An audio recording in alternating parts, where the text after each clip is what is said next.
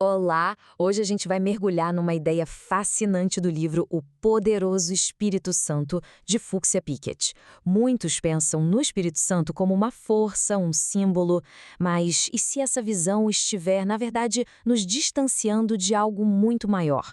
Vamos descobrir como uma única mudança de perspectiva pode simplesmente redefinir toda a jornada espiritual. Então, vamos lá, direto ao ponto. Quando se fala em Espírito Santo, qual é a primeira imagem que surge? Uma pomba, talvez? Ou uma energia cósmica, uma força meio misteriosa? A autora defende que a maioria das pessoas tem uma imagem bem vaga, e essa falta de clareza, olha, é o primeiro obstáculo que a gente precisa superar. E é aqui que está o pulo do gato do livro. Entender quem, ou melhor, o que é o Espírito Santo, não é só um detalhe teológico, sabe? De acordo com a Pickett, essa é a chave que pode abrir uma dimensão completamente nova na vida espiritual de uma pessoa. Isso nos leva, então, à grande questão que o livro todo explora. O Espírito Santo é uma força para ser usada ou uma pessoa para a gente se relacionar? A resposta, como vamos ver, muda absolutamente tudo. A Fuxia Pickett percebeu que, na prática, muita gente acaba tratando o Espírito Santo de um jeito impessoal.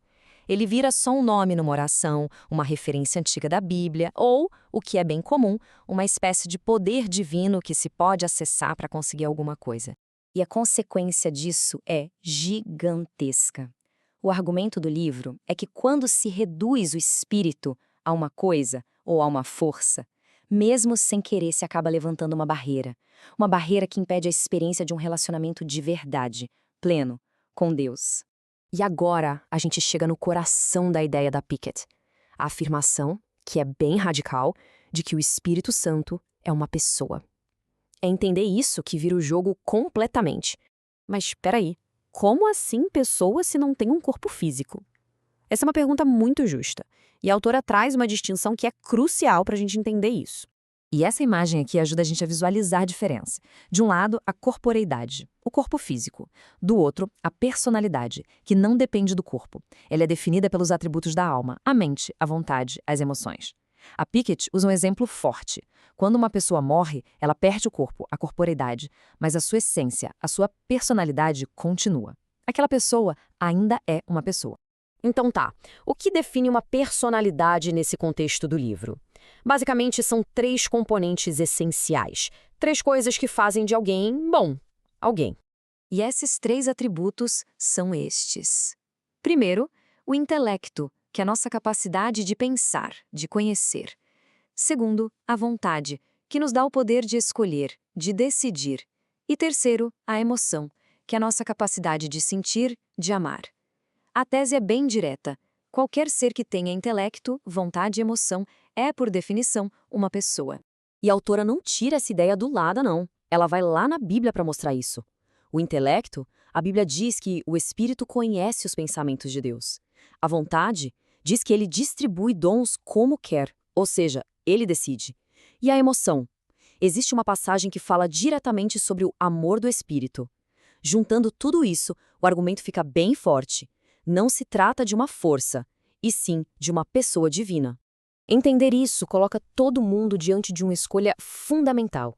A pergunta muda. Não é mais como eu posso usar o Espírito, mas sim como eu posso me entregar a ele. E os resultados dessas duas formas de pensar não poderiam ser mais opostos. Tentar usar o Espírito como se fosse uma ferramenta, isso pode levar ao orgulho, ao ego inflado, mas se entregar a ele como uma pessoa, isso cultiva a humildade e constrói um relacionamento de verdade baseado na confiança.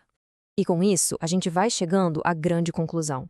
Por que essa mudança de força para pessoa é tão, mas tão revolucionária? A própria autora conta uma experiência pessoal incrível. Pensa só, depois de 17 anos de ministério, a ficha dela caiu de um jeito que mudou tudo.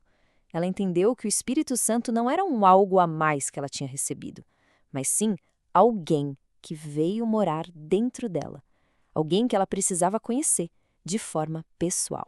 E essa, no fim das contas, é a grande lição do livro. A verdadeira maturidade espiritual não vem de tentar dominar um poder, mas sim de cultivar um relacionamento íntimo, próximo, com o Espírito Santo, reconhecendo que ele é a pessoa divina que de fato é. E assim a gente termina com uma reflexão. Se o Espírito Santo não é uma força para ser usada, mas uma pessoa para ser conhecida, uma pessoa com intelecto, vontade e emoções, o que isso muda na prática? Na forma de orar, de tomar decisões, de viver a fé no dia a dia? Fica aí o pensamento.